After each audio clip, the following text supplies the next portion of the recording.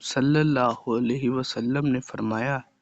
جب تم میں سے کوئی اپنی داہنی کروٹ لیٹے پھر پھیر لے، اے اللہ میں نے اپنی جان تیرے سپرد کر دی، میں نے اپنا منہ اوروں کی طرف سے پھیر کر تیری طرف کر دیا، میں نے اپنی پیٹھ تیری طرف ٹیک دی، میں نے اپنا معاملہ تیرے حوالے کر دیا، تجھ سے بچ کر تیرے سوا اور کوئی جائے پناہ جائے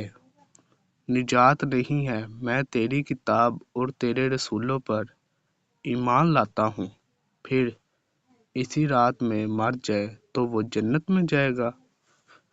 امام ترمذی کہتے ہیں یہ حدیث رافع بن خدیج رضی اللہ عنہ کی روایت سے